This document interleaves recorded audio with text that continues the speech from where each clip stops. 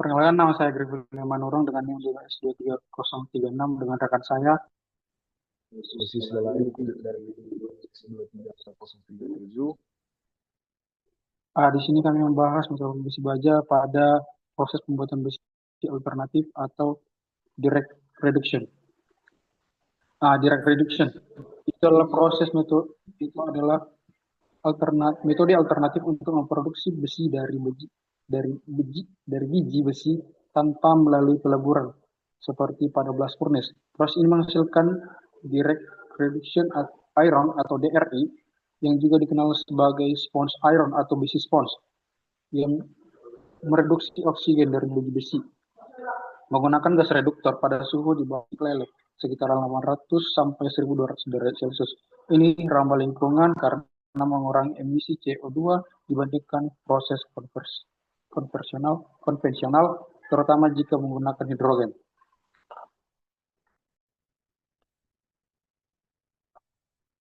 Kemudian ke jenis reduksi langsung. Nah, reduksi langsung terbagi atas dua. Yang pertama adalah gas based, itu menggunakan gas alam yang dideformasi menjadi campuran gas hidrogen atau H2 dalam karbon monoksida dalam proses Mixed-Drex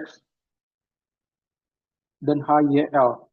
Itu mendominasi sekitar 75% produksi dari DRI global, terutama di wilayah gas dengan gas alam murah. Kemudian ada coal based menggunakan batu bara sebagai sumber karbon, seperti pada rotary kiln, contohnya pada proses SL atau RL, cocok untuk daerah yang dengan batu bara melimpah, tetapi menghasilkan lebih banyak emisi. Nah, kemudian ke proses gas based. Nah, prosesnya terdiri reformer yang menghasilkan gas reduksi atau subfurnace untuk mereduksi besi menjadi RI pada sistem pendingin atau menggunakan pembentukan HBI. Berulang pada gas atas dan pemulihan panas meningkatkan efisiensi. Sementara briket HBI mengurangi risiko reoksidasi selama terjadi transportasi. Nah, di sini pada diagram sumber energinya diambil dari natural gas. Nah, natural gas ini dimulai masuk ke dalam sistem, kemudian gas alam ini tidak dipakai langsung. Ia harus diolah dulu supaya berubah menjadi gas dan dengan produksi yang bisa mengambil oksigen dari biji besi. Nah, kemudian masuk ke bagian reformer. Nah, bagian reformer itu mengubah gas alam menjadi gas produksi, di mana gas alam dipanaskan dengan reaksi udara, menghasilkan udara. Direaksikan dengan udara. Kemudian dengan reaksi itu hidrogen sama karbon monoksida. Nah, gas ini saling memiliki peran penting karena meningkat oksigen pada biji besi.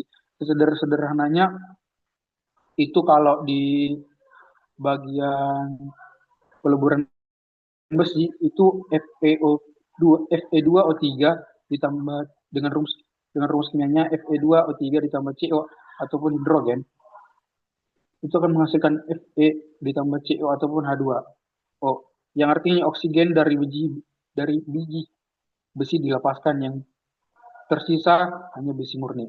Kemudian masuk ke heat recovery. Jadi panas dari fuel gas atau gas buang yang dimanfaatkan kembali untuk memanaskan udara pembakaran dan untuk meningkatkan efisiensi energi.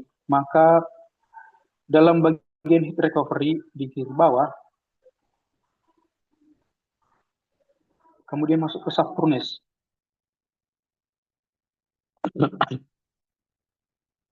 Nah, setelah gas diproduksi terbentuk, gas itu masuk ke subfurnace. Nah, subfurnace ini dimasukkan iron oxide atau biji besi yang biasanya terbentuk dari pelet atau lem yang terdiri dari biji.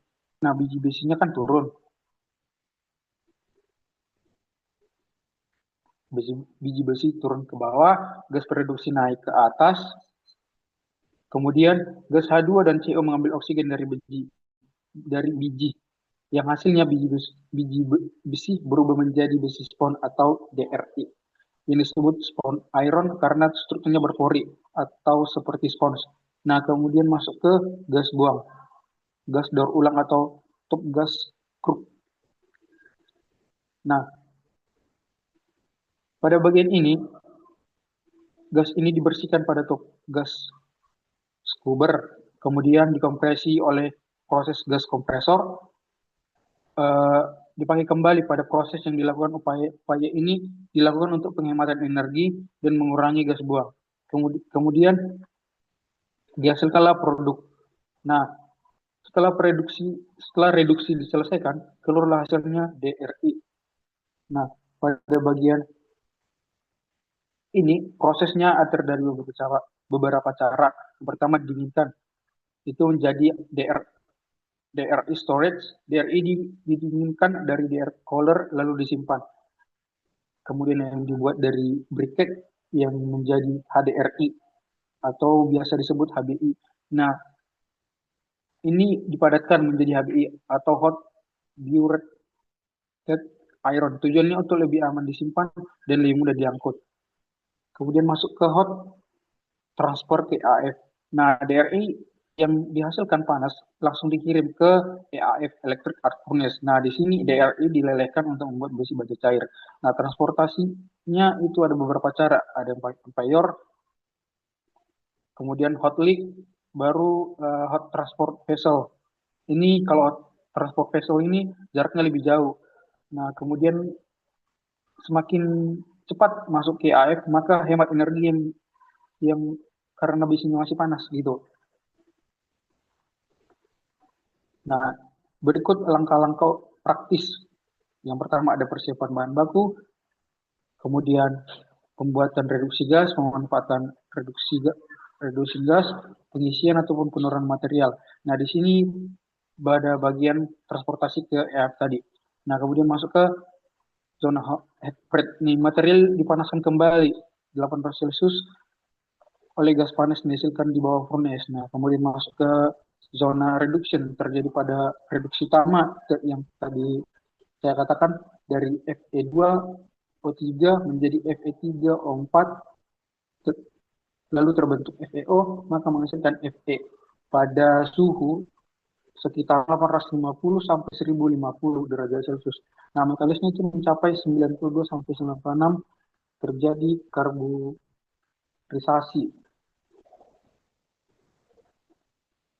dengan kandungan C sekitar 1 sampai 4%. Nah, kemudian masuk ke zona transitio. Itu zona kontrol untuk menjaga stabilitas suhu dan aliran gas tidak terjadi pada fluida atau campuran gas yang diinginkan. Kemudian ke zona cooling, masuk ke pengelolaan produk.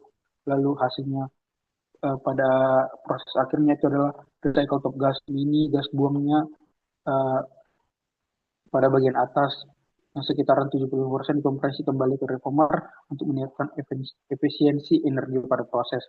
Nah, kemudian di bagian secara umum persiapan bahan baku. Nah, persiapan katakan sebelumnya pada bagian itu terbentuk belum pellets atau firen digunakan ke reaktor bahan ini harus yang dimana ini untuk mengurangi pada apa namanya bagian pengotor. Kemudian masuk ke gas reduksi. Nah, tadi yang sudah dikatakan ada pakai gas alam, kemudian ada pakai batu bara untuk mengikat karbonnya. Karbon sebagai pengikat. Nah, kemudian ada yang direduksi. Nah, gas reduksi ini dialirkan melalui besi-besi ke dalam reaktor. Gas furnace untuk gas-gas beset atau rotary kiln pada cold vessel inti pada batu bara. Kemudian oksigen dihilangkan untuk menghasilkan besi yang metalik padat. Kemudian dinginkan untuk pada pengolahan DRI sesuai dengan hasil akhirnya yaitu adalah HBI untuk memudahkan transportasi. Nah, yang selanjutnya itu ada diagram furnace, di mana pada diagram furnace ini untuk pembuatan direct atau extruded iron atau strong iron adalah sebagai berikut. Yang pertama, masukkan bahan baku, di mana bahan baku itu besi-besi dalam bentuk pellet atau lem ore. dimasukkan dari bagian atas melalui yang disebut throat. Ini bagian ini. Baru yang kedua zona reduksi. Setelah masuk bahan baku turun secara gravitasi ke reduction zone. Pada zona ini reduction gas atau mengandung CO dan H2. Dilihatkan dari sisi furnace, gas ini bereaksi dengan oksida besi dalam biji, mengubahnya menjadi besi metalik. Reaksi berlanjut ke hingga tahap pembentukan besi murni. Setelah reaksi gas yang terpakai keluar sebagai besi zone di saluran bagian atas. Yang ketiga ada zona pendinginan. Ini uh, zona pendinginan ini telah melanjutkan perjalanan ke cooling zone. Pada zona ini cooling zone dialirkan dari sisi untuk menurunkan suhu produk sehingga aman untuk dikeluarkan dan diolah lebih lanjut. Yang kedua yang terakhir ada keluaran produk ini yang keluar ini dari atas. Produk akhir berupa direct reduction iron atau spong iron dikeluarkan dari bagian bawah furnace. Selanjutnya,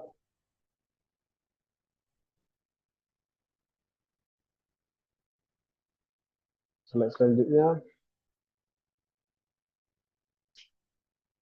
yang selanjutnya proses rotary kiln. Di mana bisa dilihat dari gambar ini rotary kiln ini uh, di mana proses reduction direct reduction iron atau DRI menggunakan rotary kiln.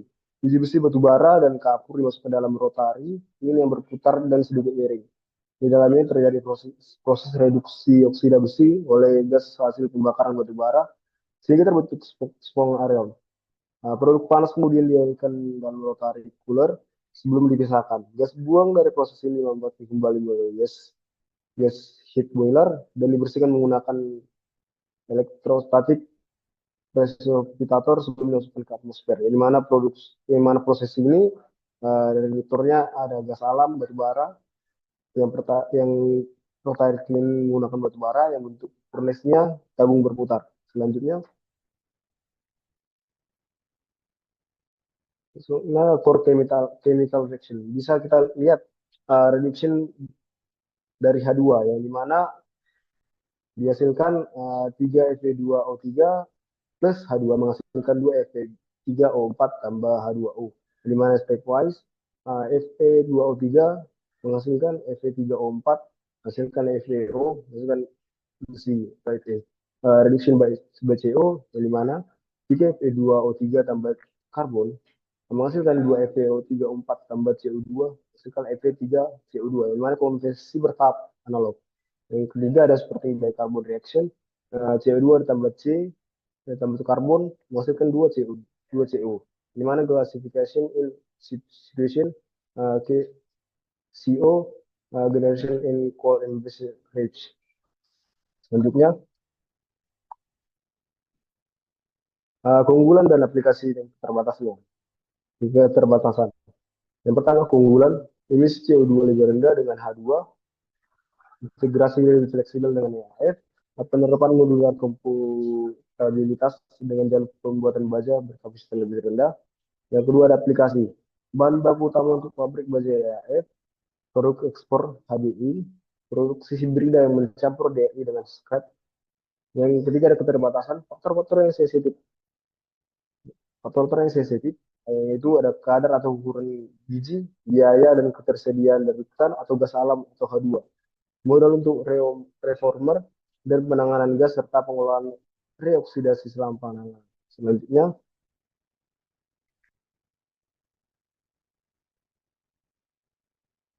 Selanjutnya poin-poin penting dan tahap lanjutannya. Di mana ada yang pertama, DRI menawarkan jalur praktis untuk dekarbonisasi pembuatan besi, terutama jika dipadukan dengan hidrogen hijau. Yang kedua ada pilih rute berbasis gas atau batu bara berdasarkan ekonomi bahan bakar lokal, ketersediaan biji dan target emisi.